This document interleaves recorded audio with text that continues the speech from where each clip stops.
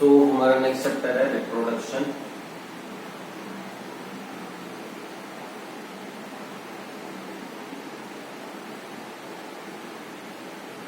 मतलब ऐसे चैप्टर का नाम है how do organisms reproduce.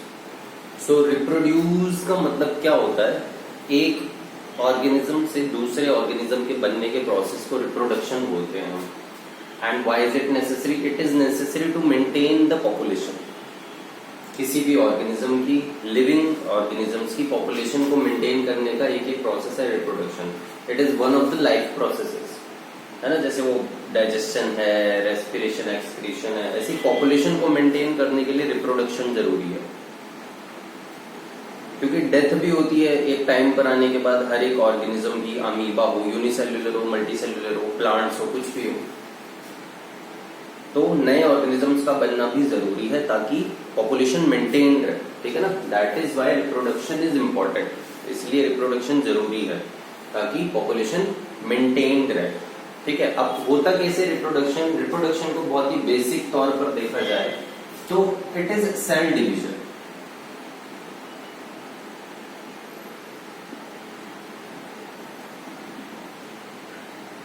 It is cell division.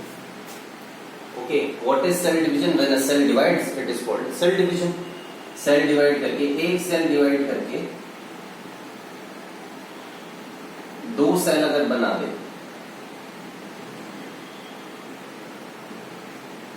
तो वो सेल डिवीजन हो गया। ठीक है। And it is the basic process involve in the process of reproduction. कि मान लो ये एक सिंगल सेल है, कोई ऑर्गेनिज्म है, यूनिसेल्युलर, टूट कैसे दो बन गए, रिप्रोडक्शन हो गया। उसने अपने की जैसी एक और कॉपी और बना ली। ठीक है। तो हम इसको क्या बोलेंगे? रिप्रोडक्शन है। ओके। रिप्रोडक्शन दो तरीके का होता है, सेक्सुअल एंड असेक्सुअल।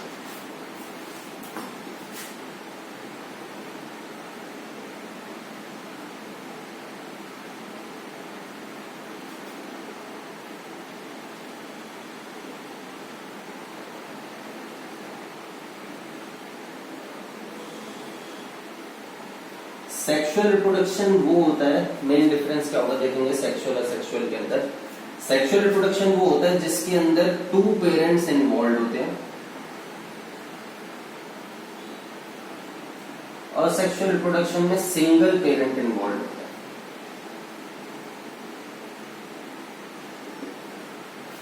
ये वाला जो है ना, ये असेक्सुअल रिप्रोडक्शन, ऐसा अगर कहीं पर हो रहा है तो कि एक ही पेरेंट से दो ऑफस्प्रिंग्स बन गए, ठीक है ना, ये असेक्सुअल रिप्रोडक्शन है। सेक्सुअल रिप्रोडक्शन में टू पेरेंट्स इन्वॉल्व होते हैं, दो सेल आते हैं। ठीक है ना। मल्टीसेल्युलर ऑर्गेनिजम्स में होगा वो, सिंपल यूनिसेल्युलर में नहीं हो सकता।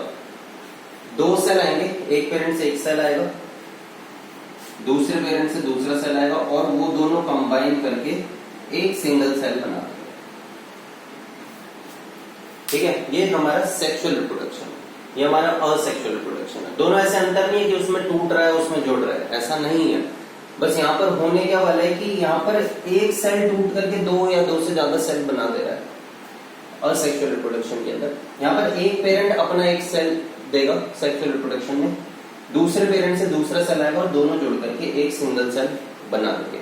फिर ये सेल टूट टूट टूट टूट करके एक दूसरा ऑर्गेनिज्म बना लेगा। जैसे हमारे अंदर भी ऐसा ही होता है, ह्यूमन बींग्स के अंदर एक पेरेंट से एक सेल आता है, फादर से एक, मदर से सेल आता है, दोनों का कॉम्बिनेशन होता है, फर्टिलाइजेशन होता है, जिससे एक सिंगल सेल बन जाता है। फिर ये डिवाइड हो करके मल्टीप्लाई कर करके एक न्यू इंडिविजुअल बना देता है। ठीक है। ये सेक्सुअल रिप्रोडक्शन। पहले हम असेक्सुअल रिप्रोडक्शन देखेंगे जिसमें सिंगल पेरेंट इन्वॉल्व होता है। ठीक है ना। असेक्सुअल रिप्रोडक्शन के अंदर सिंगल पेरेंट इन्वॉल्व होता है, और इसके अंदर एक जो मेजर डिफरेंस है इससे, वो देखते हैं क्या है।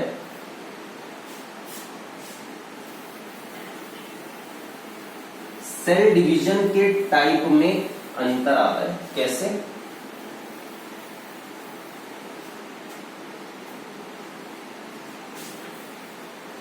सेल डिवीजन दो तरीके का होता है, mitosis and meiosis. 9th class में पढ़ा था हमने,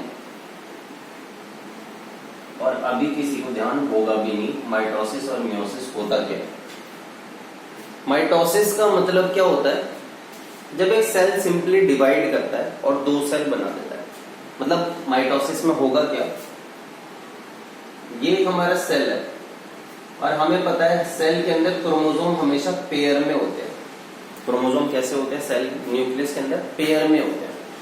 माइटोसिस में क्या होता है, ये सेल डिवाइड करके दो सेल्स बना देता है, जिसमें जो क्रोमोसोम्स हमारे न्यूक्लियस के अंदर वो पेयर में ही मिलेंगे हमें। ठीक है, मतलब क्या हुआ, यहां से ये सेल डिवाइड करा, न्यूक्लियस भी डिवाइड करा, इसके अंदर 2n क्रोमोसोम्स है। 2n मतलब जैसे मान लो 23 पेयर ऑफ क्रोमोसोम्स है। ह्यूमन बींग्स में 23 पेयर ऑफ क्रोमोसोम्स होते हैं हर सेल में, तो इसमें भी 23 पेयर ऑफ क्रोमोसोम्स है, इसमें भी 23 पेयर ऑफ क्रोमोसोम्स है। ठीक है, ये माइटोसिस कहां पर हो रहा है? जैसे मान लो तुम्हारे को चोट लग गई, चोट लगने के बाद वहां से स्किन के सेल्स हट जाते हैं थोड़ा, लेकिन कुछ टाइम बाद फिर से आ जाते हैं, वहां माइटोसिस हुआ है। ठीक है, एक सेल डिवाइड होकर दो सेल बना रहा है, और दोनों सेल्स कैसे हैं? 2n कंपोजिशन, मतलब उनके अंदर पेयर में ही हमारे क्रोमोसोम्स है। हमारी बॉडी के सारे सेल्स कैसे हैं? पेयर वाले। हम इनको क्या बोलते हैं? क्या बोलते थे इनको?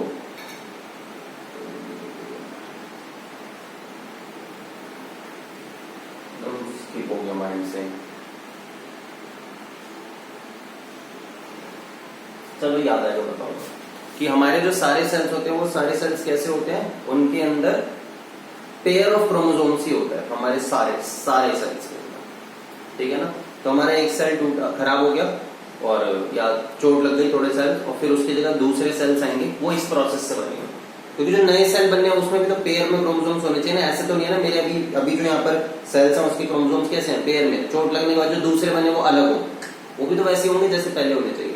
तो पहले मेरा सेल ऐसे था 2n क्रोमोसोम्स वाला, अभी भी कैसा आया? 2n क्रोमोसोम्स वाला, सेल डिवीजन की वजह से। मेयोसिस में क्या होता है? हाँ ध्यान आ गया, ऐसा जो सेल होता है इसे हम डाइप्लॉइड सेल बोलते हैं। डाइप्लॉइड मतलब हमारे सारे के सारे सेल्स कैसे होते हैं? डाइप्लॉइड। पढ़ा होगा 9th क्लास के अंदर, उसमें पढ़ते थे हम एंजियोस्पर्म, जिम्नोस्पर्म, मोनोकॉट, डाइकॉट में, है ना। Endosperm is haploid, endosperm is diploid. नहीं ध्यान तो कोई बात नहीं। डाइप्लॉइड होता है मतलब जिसके अंदर क्रोमोसोम्स पेयर में हो वो सेल डाइप्लॉइड होता है। मियोसिस क्या होता है कि ये जो हमारा न्यूक्लियस है, मतलब ये जो हमारा सेल है, इसके अंदर 2n क्रोमोसोम्स हैं। डिवाइड होने के बाद जो दो क्रोमोसोम्स बने, दो सेल्स जो बने, उनके अंदर n क्रोमोसोम्स हैं, मतलब आधे हो गए। कैसे हो गए? आधे हो गए। इसको हम मियोसिस बोलते हैं। ये हमारा माइटोसिस होता है। अब हो क्या रहा है यहाँ पर, ऐसा क्यों हो रहा है, सारा क्या चल रहा है? अगर सेक्सुअल रिप्रोडक्शन के अंदर सिंपली क्या होता है, एक सेल डिवाइड होकर के दो नए ऑफस्प्रिंग्स बना देगा, दो नए इंडिविजुअल्स बना देगा। तो ये एक इंडिविजुअल है, इसने डिवाइड होकर के दो नए इंडिविजुअल्स बनेंगे, तो वो तो ऐसे होंगे ना, जैसे ये अमीबा है, डिवाइड होकर के अमीबा बना रहा है, तो अमीबा और अमीबा तो 2n होता है, तो ये भी तो 2n और 2n बनेगा। ठीक है, ये कोई ह्यूमन बीइंग है, डिवाइड हो गया, वो दो ह्यूमन बीइंग तो नहीं बना रहा होता ना, है ना। वो क्या करेगा, ये एक पेरेंट है, उसके अंदर मान लो ऐसा है कि एक पेरेंट है जिसका फादर है, जिसका सेल है, जिसके अंदर 2n क्रोमोसोम्स है। ठीक है ना, मदर है, उसका एक सेल आया, वो भी 2n क्रोमोसोम्स है। अगर ये दोनों कंबाइन होकर के हो जाएंगे तो 4n बन जाएगा। फिर ये बड़ा हुआ 4n, सामने वाले से भी 2n या 4n जो भी है, फिर वो 8n। लेकिन ऐसा होता थोड़ी है, एक पेरेंट फादर के क्रोमोसोम्स 2n है, मदर के क्रोमोसोम्स 2n है, तो हमारे जो ऑफस्प्रिंग के क्रोमोसोम्स होते हैं वो कैसे होंगे, वो भी तो 2n ही होते हैं। तो इसके लिए कुछ तो जुगाड़ होता होगा ना, है ना। ऐसा नहीं है कि सिंपली सेल्स कंबाइन कर रहे हैं। कहने का मतलब है हमारे जो वैसे नॉर्मल सेल्स हैं हमारी बॉडी के अंदर वो 2n है, लेकिन जो सेक्स सेल्स होते हैं, जो गैमेट्स होते हैं, वो 2n नहीं होते। अब होगा क्या, रिप्रोडक्शन के टाइम पर जो नॉर्मल सेल होगा बॉडी के अंदर, उससे दो सेल्स बनेंगे ऐसे, हैप्लॉइड हैप्लॉइड nn वाले। ऐसे ही मदर की बॉडी के अंदर होगा, 2n से दो सेल्स बनेंगे हैप्लॉइड वाले।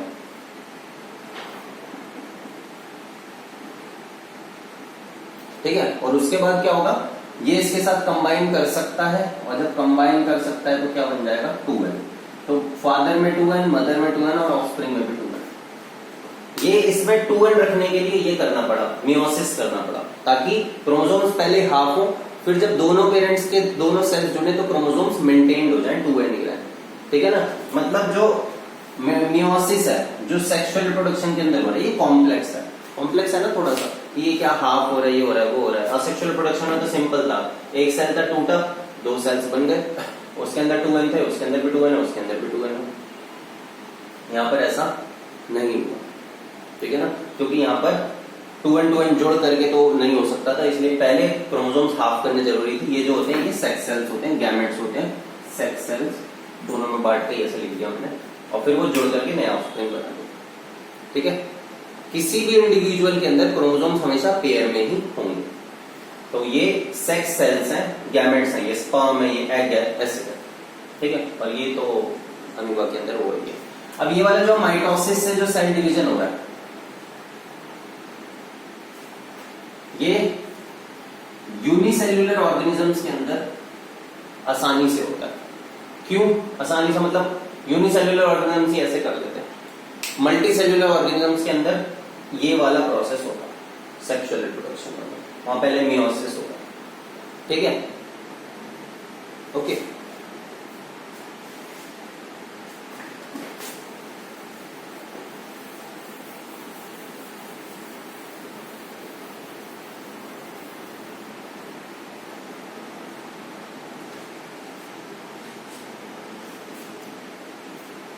अब देखो असेक्सुअल रिप्रोडक्शन एक एग्जांपल ले लेता हूं।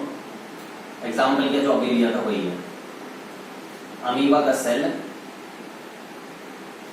डिवाइड हो गया 2 में, इसके अंदर 2n क्रोमोसोम से डिवाइड होने का, इसमें भी 2n है, इसमें भी 2n है, एक कॉपी बन जाती है, जो डीएनए क्रोमोसोम की कॉपी बन जाएगी।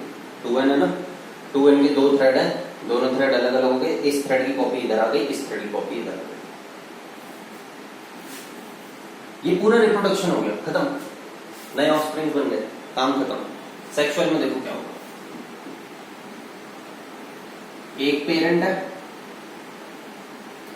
दूसरा पेरेंट है, पहले इनके गैमेट्स बने,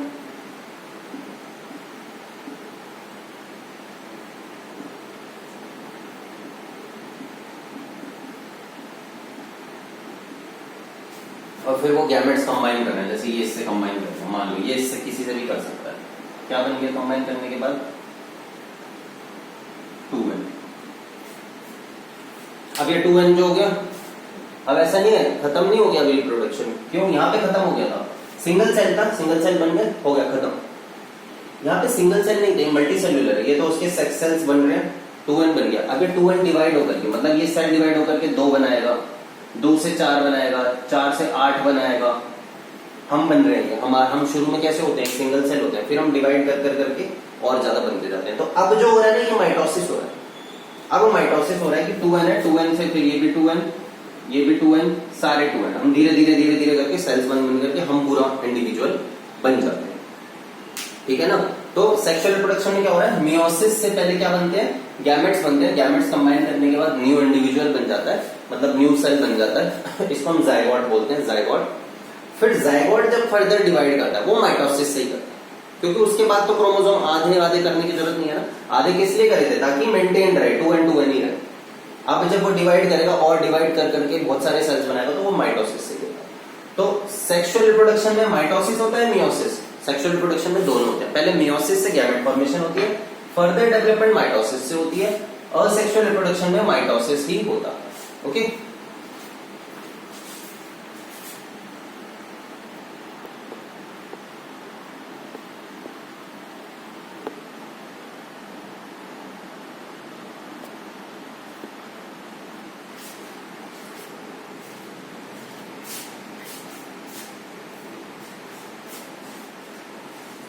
अब देखो अंतर क्या क्या आ जाता है सेक्सुअल और सेक्सुअल में। यहाँ पर सिंगल पेरेंट इन्वॉल्व है, यहाँ पर 2 पेरेंट्स इन्वॉल्व है। ठीक है। यहाँ पर माइटोसिस होता है, यहाँ पर पहले मियोसिस से गैमेट फॉर्मेशन होती है, फर्दर डेवलपमेंट माइटोसिस से होती है। ये लिखो गया सेक्सुअल रिप्रोडक्शन में डिफरेंस। इसके अंदर ना वेरिएशंस नहीं आती हैं, यहाँ पर वेरिएशंस आती हैं। बहुत इंपॉर्टेंट पॉइंट है। क्यों, वहां पे एक ही पेरेंट से दो सेल्स बन गए।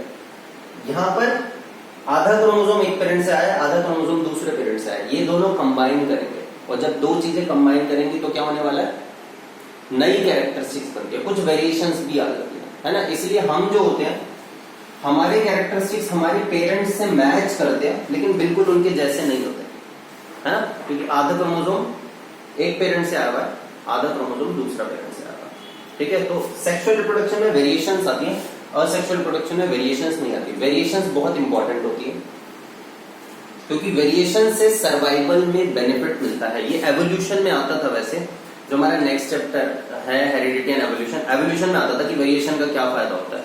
वेरिएशन से फायदा ये होता है कि जैसे नए नए ऑफस्प्रिंग्स आते जाएंगे तो उनके अंदर कुछ कुछ नए नए कैरेक्टरिस्टिक्स आते जाएंगे। जैसे जैसे नए नए कैरेक्टरिस्टिक्स आएंगे तो हमें किसी भी इन्वायरमेंट में सर्वाइव करने में हेल्प मिलेगी। एक छोटा सा एग्जांपल समझ आए तो वेल एंड गुड, वरना छोड़ देना, कोई सिर्फ एज अ डिफरेंस याद रख लेना कि एक बैक्टीरिया की पॉपुलेशन है, कहीं पर रह लिया, और वो बैक्टीरिया 50 डिग्री सेल्सियस के टेम्परेचर तक सर्वाइव कर सकते हैं। किसी दिन reproduction and all cell division इन वगैरह की होने की वजह से एक वेरिएशन आई, जिसकी वजह से वो 80 डिग्री, कुछ बैक्टीरिया ऐसे आ गए जो 80 डिग्री टेम्परेचर तक सर्वाइव कर सकते हैं। एक दिन टेम्परेचर हो गया 70 डिग्री सेल्सियस, बहुत सारे बैक्टीरिया मर गए, लेकिन वो कुछ बच गए। अब क्या होगा, वो फर्दर डिवाइड करेंगे तो पॉपुलेशन मेंटेन रहेगी, वाइप आउट नहीं होगी पूरी पॉपुलेशन। एज अ पॉपुलेशन लेके चले तो, इंडिविजुअल से नहीं, एज अ पॉपुलेशन लेके चले तो सर्वाइवल में बेनिफिट मिल रहा है या नहीं मिल रहा है, पॉपुलेशन वाइप आउट नहीं हो रही है ना। जैसे मान लो इसी में अगर हम ये कोरोना वायरस की बात करें तो कोरोना वायरस की वजह से यहाँ पर इंडिया के अंदर या एशियन सब कॉन्टिनेंट के अंदर वेरिएशंस ज्यादा, मतलब एक तरीके से इम्यूनिटी ज्यादा है फॉर दैट वायरस।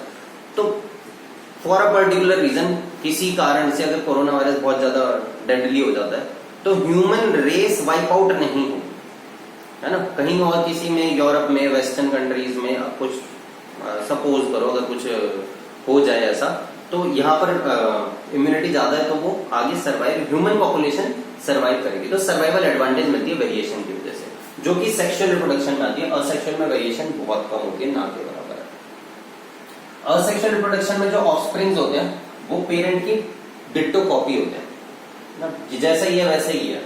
लेकिन सेक्सुअल रिप्रोडक्शन में जैसे बोले वेरिएशंस आएंगे तो वो एकदम से क्लोन्स नहीं बनते, ठीक है।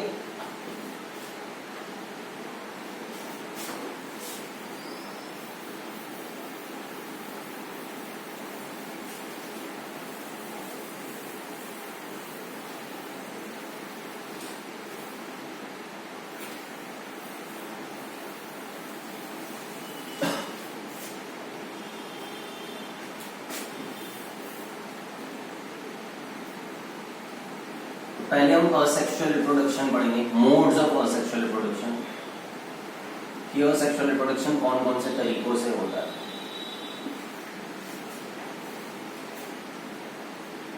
सबसे पहला बाइनरी फिजन,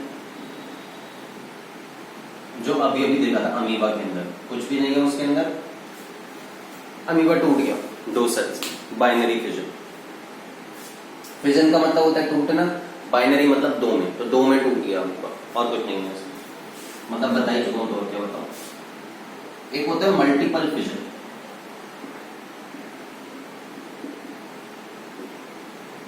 नाम से पता चल रहा होगा मल्टीपल फिजन मतलब बहुत सारी चीजों में टूटना। वो क्या होता है, जैसे प्लाज्मोडियम है, सिंगल सेल है, मलेरिया होता है जिससे। जब कंडीशंस फेवरेबल नहीं होती, जैसे रिप्रोडक्शन की फेवरेबल कंडीशंस में होता है कि असेक्सुअल रिप्रोडक्शन के केस में अगर हम बात करें तो जब टेम्परेचर अच्छा हो, गर्मी हो, मॉइस्चर हो, फेवरेबल कंडीशंस हो, तब होता है, ठीक है ना। तो मान लो कंडीशंस फेवरेबल नहीं है, तो कुछ मॉइस्चर, फूड नहीं मिल पा रहा है, न्यूट्रिशन नहीं मिल पा रहा है, तो ये अपने चारों तरफ एक मेम्ब्रेन बना लेता है जिसे हम बोलते हैं सिस्ट। क्या बोलते हैं, सिस्ट। उसके बाद ये अंदर ही अंदर डिवाइड करता जाएगा मल्टीपल, वही माइटोसिस है।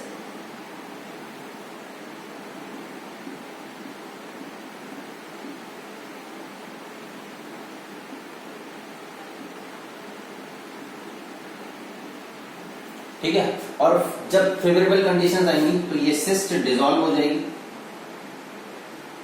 और जितने भी डॉटर सेल्स हैं वो बाहर आ जाएंगे, तो मल्टीपल डॉटर सेल्स बन गए। डॉटर सेल ऑफस्प्रिंग एक ही बात है, मल्टीपल डॉटर सेल्स बन गए। तो इसको मल्टीपल फिजन बोलते हैं, ठीक है, प्लाज्मोडियम में होता है।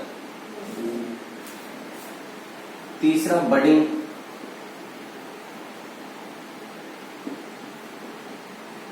बडिंग जैसे होता है हाइड्रा में या यीस्ट में।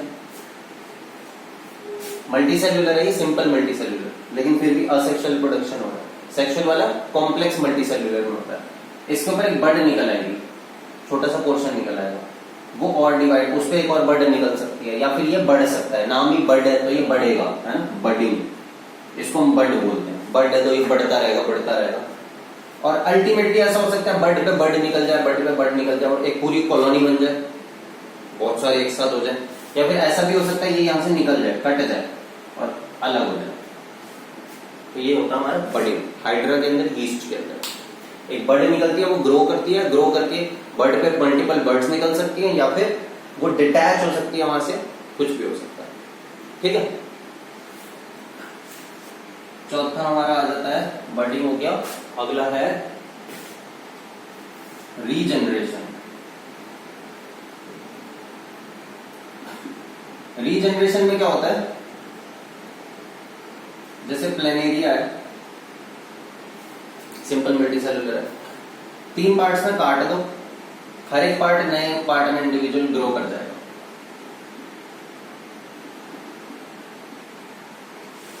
ठीक है। बाकी रीजनरेशन का मेथड उसके लिए भी यूज होता है, जरूरी नहीं रिप्रोडक्शन के लिए यूज हो कि किसी कट आउट पार्ट को ग्रो करने के लिए। जैसे छिपकली होती है, छिपकली की पूंछ कट जाए तो वो दोबारा ग्रो कर सकती है उसको, ठीक है ना, तो वो रीजनरेशन मेथड है।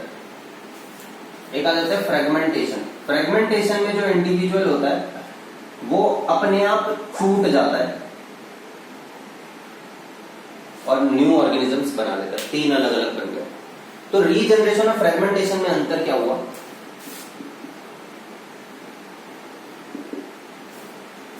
रीजनरेशन में एक दो हमसे क्वेश्चन पूछ लेते हैं कभी कभार ये कि रीजनरेशन फ्रेगमेंटेशन में क्या अंतर है, या फिर कभी कभार ऐसे ही पूछ लेते हैं कि रीजनरेशन को एक मेथड ऑफ रिप्रोडक्शन क्यों नहीं कंसिडर करते, कि एज सच ये कोई मेथड ऑफ रिप्रोडक्शन नहीं है। तो पहली चीज, रीजनरेशन में इसको बाहर से काटना पड़ेगा, कोई एक्सटर्नल एजेंसी काटेगी तब वो न्यू पार्ट्स में डिवाइड हो सकता है, तो वो एक्सटर्नल एजेंसी पे डिपेंड करेगा।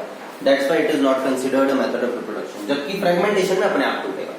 फ्रेगमेंट्स का मतलब ही होता है छोटे छोटे पार्ट्स, तो फ्रेगमेंटेशन में वो अपने आप छोटे छोटे पार्ट्स में टूटेगा, ठीक है ना। तो ये अपने आप नहीं हो रहा है, इसलिए इसको हम as a method of reproduction consider नहीं करते हैं एज सच। ओके, रीजनरेशन हो गया, फ्रेगमेंटेशन हो गया। एक होता है स्पोर फॉर्मेशन।